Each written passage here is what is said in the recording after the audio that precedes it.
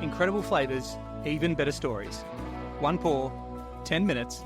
Aussie bourbon lovers sharing bourbon with Australia. Well, we're back at Bardstown with Jake Sulek, Head of VIP Experience and Education here at Bardstown Bourbon Company. And in this amazing library room. Yeah, incredible. Thanks for having us again. Of course. Jake. And we're pouring a weighted expression from the Origin series. Tell us about what we're having.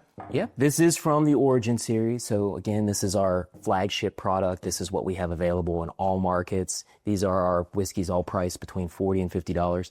The high wheat, this was the most recent addition to Origin. So this has one of the highest amounts of wheat of any wheated bourbon on the market. So in the past, we've had the Black Label Bottled and Bond. That's what's called a 20% wheater. Yep. This is going to have 39%, so almost twice as much wheat in it. So right. For those new to drinking bourbon or new to wheated bourbon, can you explain a bit more about like what makes it a wheated bourbon? Yeah, of course. So all bourbon's going to begin with corn. 51% of that recipe has got to be corn. Now, traditionally, you would add a flavor grain. That flavor grain is usually rye. It's because rye is hearty, it's very spicy, adds a lot of citrus notes to it. Wheat's a little bit softer. You get more confectionery flavors, more baking flavors out of it. So in our Bottled and Bond, it's 20% wheat instead of rye. This one almost doubles that. So the recipe on this is actually only 53% corn, 39% of the wheat, and then 8% malted barley. And what kind of flavors should we be getting from a wheat influence in a bourbon? What does it bring to a bourbon when you exchange it out for a rye? For me, I get a lot of stone fruit. Yep. It tends to lean heavily into apricot, particularly like baked peaches, really soft flavors. I get a lot of dessert flavors like crème brûlée, Yep. right? Lemon cake is another one that I get. Really light citrus notes. They tend to lack some of the spicy tannins that you get from a rye, so they tend to be very mellow, very easy to sip. I always find on the nose a wheated bourbon, because I grew up on a farm, it like just reminds me of harvest time. Yes. Like I get that grainy sort of nose to it. See, so I often can't get that. You often talk about that, and some people talk about getting notes of corn or the grains that are in there. I often can't. But yeah. Can't get it. I can't. If I'm having different ones and I don't know what's what, I can kind of pick a wheated because I'm just like, oh, that's harvest time. In a good way. I'm way more into the, stone fruit and the caramel. Yeah. Vanilla's about the... Well, and caramel and vanilla is a good shout out. So there's something unique about high wheat compared to everything else in the Origin series. So what's called barrel entry proof. That's the proof at which you're going to put your new make whiskey in the barrel. For the Origin series, it's 120. So that's a low barrel entry proof in the United States. 125 is the ceiling. Yep. That's where most companies are going into the barrel. We use low barrel entry proof because we think it adds a little bit more richness and viscosity to the finished whiskey. The one exception is going to be high wheat. Mm-hmm. So this goes into the barrel at 108. Okay. And there's a reason for it. It gets pretty nerdy. Let's do it. There's chemistry reason for it. So when you're talking about oak staves and you're putting new make whiskey into the barrel, there are some chemical compounds in the oak staves that are going to be more soluble in alcohol. There are going to be some that are more soluble in water. Well, when you talk about wood sugar, the flavors that are going to give us caramel, butterscotch, toffee, those are all more soluble in water.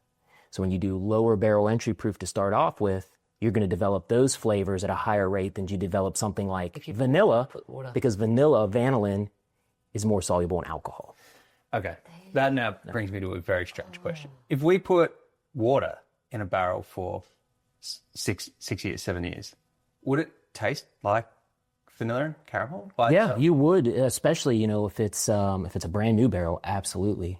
Even if it's a used barrel over a long enough period of time, you would extract some of those flavors from, The wood sugar flavors themselves come from a tiny little part of the wood that's just beneath the char. Yep. It's sometimes called the red line. Okay. That's the point of caramelization when the barrel maker is creating the barrel. So that's the point where all those wood sugar flavors are coming from. So anything that you put into that barrel a long enough period of time, the right conditions, it will pull flavor out of there. Amazing. Great. Oh, that's great. Cause I'd never heard of people talk about what proof it goes in, but the why. Yeah. There is real science behind that decision. I love it. Also, what's unique about this is the proof. What do you all think the proof is on this? I'm going to say... Oh, here you go. It doesn't taste high, but I'm like, is it around the 100? I was going to say 95. Yeah, it's pretty easy drinking. Yeah. 106. Really. Closer. How good.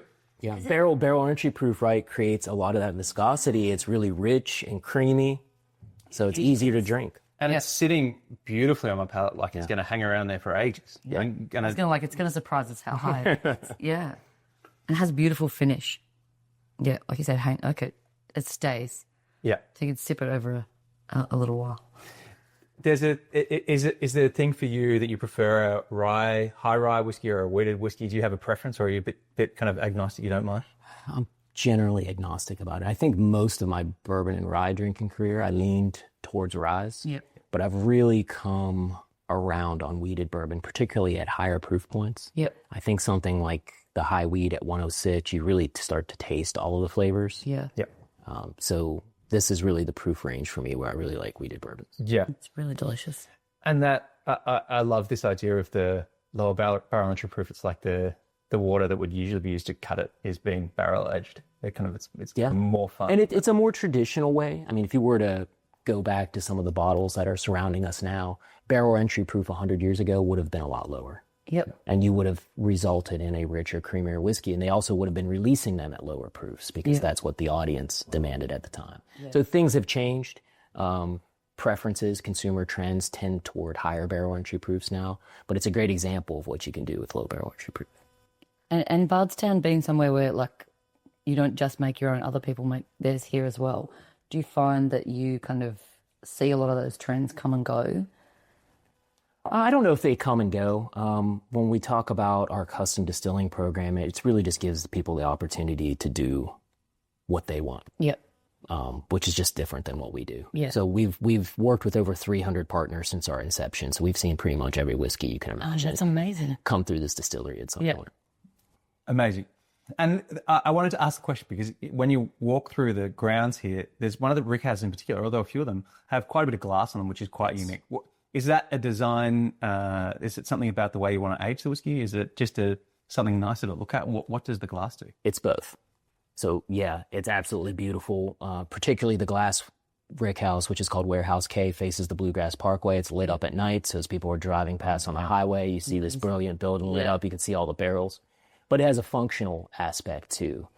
So we started construction on that in 2020. We replaced that entire wall. The reason is it faces the west. So the sun by 10, 11 a.m., it's really blasting the other side of the building, and the sun does that all throughout the day. So the whole half of that warehouse is heating up a lot, and it's heating up to a higher degree than any of its neighbors are. So that whole half of the warehouse is really an experiment for us. Yeah. Being a newer distillery, right? You know, this experiment's only been going on for about 2.5, 3 years, but the idea is we've got a lot of different mash bills at a lot of different floors in that building. And our master blender, Dan Calloway, is kind of keeping his eye on them and just seeing what flavor profiles are produced, what our yields are in that, what the extraction is, what kind of flavors we're developing in those barrels. And hopefully that's going to be some new exciting project in the future. So the answer to the question of how does it affect it, we don't really know the full answer yet. But we don't know, you know, and that's what's exciting about working here is we don't have 100 years of data in all these warehouses, right? Like we don't know what some of the flavor profiles are going to be created. I get asked a lot, what are your sweet spots? What's the best barrel spots? And the truth is, we don't know. We don't know yet. Give us 30 years. Yeah, check back in 20 or 30 years and we'll have a really good spreadsheet that'll have everything on there. Well, looking to discovering new things. Yeah. Well, that's exactly right. There's so many good things. So I really appreciate you coming on, Jake. Of course. So good and sharing some great stories. Cheers. Thank you. Thanks for listening. Make sure you're connected with us on TikTok, Instagram and YouTube, and stay connected with us by clicking subscribe on your favourite podcast app.